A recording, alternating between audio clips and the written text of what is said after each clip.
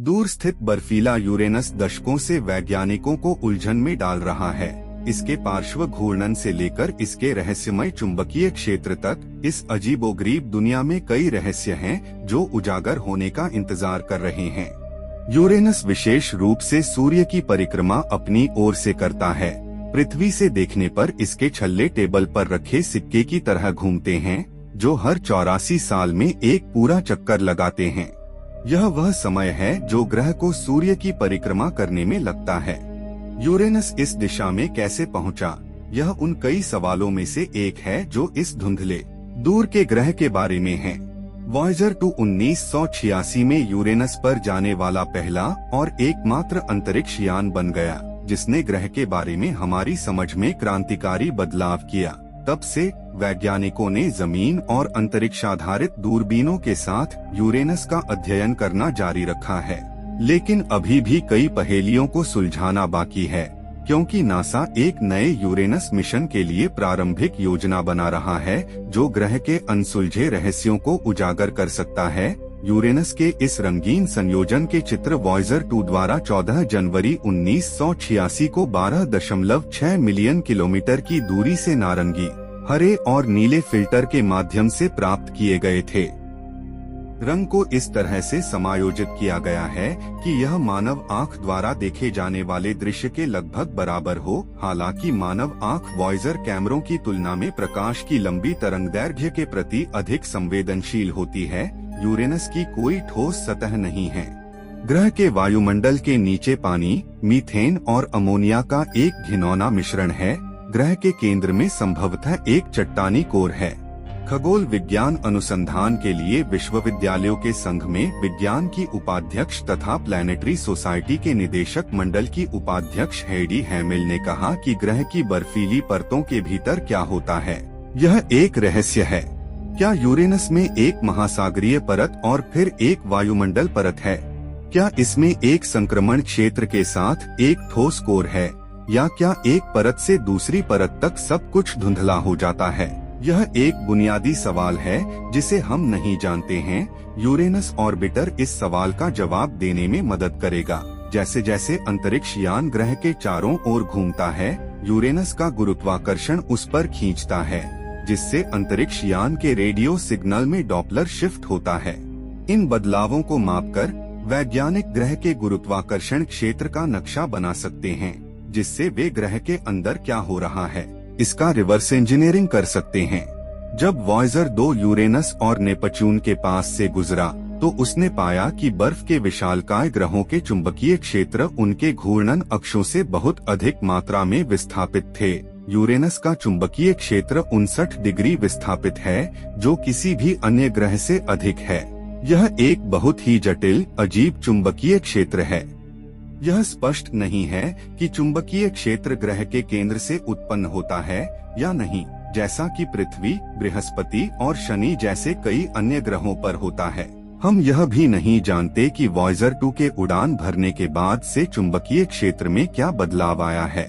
चुंबकीय क्षेत्र ऑरोरा से जुड़े होते हैं, जिन्हें JWST और हबल जैसे अंतरिक्ष दूरबीनों द्वारा देखा जा सकता है, लेकिन यह हमें ग्रह के चुंबकीय क्षेत्र का केवल एक छोटा सा हिस्सा दिखाता है। यूरेनस के चुंबकीय क्षेत्र को सीधे मापने का एकमात्र तरीका एक परिक्रमा करने वाले अंतरिक्ष यान के साथ इसके माध्यम से उड़ान भरना है। यूरेनस और नेपच्यून के चुंबकीय क्षेत्र सौर मंडल में किसी भी अन्य ग्रह की तुलना में अपने घूर्णन अक्षों से अधिक ऑफसेट हैं। पृथ्वी का चुंबकीय क्षेत्र 11 डिग्री ऑफसेट है। यूरेनस आखिर अपनी तरफ कैसे पलट गया? प्रमुख सिद्धांत यह है कि जब ग्रह बन रहा था तो एक बड़ी वस्तु उससे टकराई, जिससे वह गिर गया।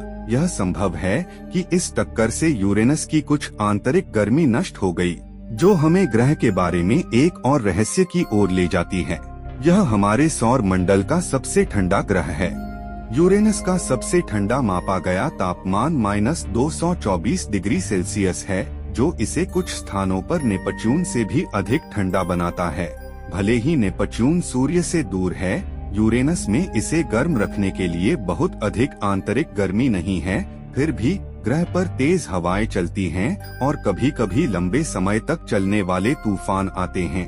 वैज्ञानिकों का कहना है कि यूरेनस पर संवहन को शक्ति देने वाली कोई चीज है जिसे हम आमतौर पर आंतरिक गर्मी मानते हैं। यह तथ्य कि हमारे पास बहुत अधिक आंतरिक गर्मी नहीं है, लेकिन फिर भी हम तूफान देखते हैं, वास्तव में दिलचस्प है। अन्य विशाल ग्रहों की तरह यूरेनस भी अपने आप में एक लघु ग्रह प्रणाली है, जिसमें संकेंद्रित धूल भरे छल्लों का एक समूह और आकर्षक चंद्रमाओं का एक समूह है। यूरेनस के कुछ चंद्रमाओं पर सतह के नीचे महासागर हो सकते हैं। हाल ही में किए गए एक अध्ययन में पाया गया है कि 4 सबसे बड़े चंद्रमा टाइटेनिया, ओबेरॉन, अम्ब्रियल और एरियल सभी की सतह के नीचे तरल पानी हो सकता है। शोधकर्ताओं ने पाया कि चंद्रमाओं की सतह उनके अंदरूनी हिस्सों को इंसुलेट कर सकती है, जिससे वे आंतरिक गर्मी को बनाए रख सकते हैं और तरल पानी का एक महासागर बनाए रख सकते हैं। 2 सबसे बड़े चंद्रमा टाइटेनिया और ओबेरॉन में चट्टानी आवरण भी हो सकते हैं, जो सीधे उनके महासागरों में गर्मी छोड़ते हैं। इससे महासागरों के जीवन के लिए रहने योग्य होने की संभावना बढ़ सकती है। यूरेनस के छल्ले भी दिलचस्प हैं। प्रारंभिक सौर मंडल एक अव्यवस्थित स्थान था, क्योंकि विशाल ग्रह अपनी स्थिति के लिए संघर्ष करते थे और क्षुद्र ग्रहों और धूमकेतुओं को आंतरिक ग्रहों की ओर फेंकते थे। लेकिन हम ठीक से नहीं जानते कि यूरेनस कहाँ बना और यह कैसे घूमता था। यह समझना कि यूरेनस का निर्माण कैसे हुआ और वह कैसे घूमता रहा, हमें अन्य तारा प्रणालियों को समझने में मदद कर सकता है। अन्य प्रणालियों में हमने पृथ्वी और बर्फ के विशालकाय ग्रहों के बीच कहीं आकार के बहुत से ग्रह पाए हैं। ये सुपर अर्थ या उपनेपच्यून अन्य तारा प्रणालियों में आम प्रतीत होते हैं। तो हमारे पास एक क्यों नहीं है? इस सवाल का जवाब देने के लिए हमें यह बेहतर ढंग से समझना होगा कि हमारे ग्रह कैसे और कहाँ बने। हालांकि हमने चट्टानी ग्रहों और कुछ हद तक गैसीय ग्रहों के बारे में बहुत कुछ सीखा है, लेकिन बर्फीले ग्रह अभी भी रहस्य बने हुए हैं।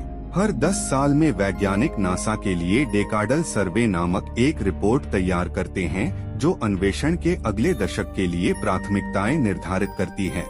2013 के डेकाडल सर्वे में 3 शीर्ष प्राथमिकताएं सूचीबद्ध की गई थीं: यूरोपा क्लिपर, मंगल सैंपल रिटर्न और यूरेनस मिशन। सैद्धांतिक रूप से यूरेनस मिशन 2031 में लॉन्च हो सकता है और 2043 में पहुंच सकता है। नासा के सामने बजटीय चुनौतियां हैं और मार्स सैंपल रिटर्न अभी भी गति प्राप्त करने के लिए संघर्ष कर रहा है, इसलिए यह समय सीमा आशावादी हो सकती है। फिर भी किसी समय एक नया मिशन यूरेनस पर पहुंचेगा, जो आधी सदी से भी अधिक समय में वहां जाने वाला पहला अंतरिक्ष यान बन जाएगा। यह मिशन खोज के एक नए युग की शुरुआत करेगा और ग्रह के अनसुलझे रहस्यों को उजागर करने में मदद करेगा। वैसे दोस्तों, आप लोगों का इसके बारे में क्या राय है? मुझे कमेंट में जरूर बताएं और वीडियो को एक लाइक जरूर करें। और हाँ, हम फिर मिलेंगे ऐसी ही मजेदार वीडियो में। तब तक के लिए जय हिंद, जय भारत।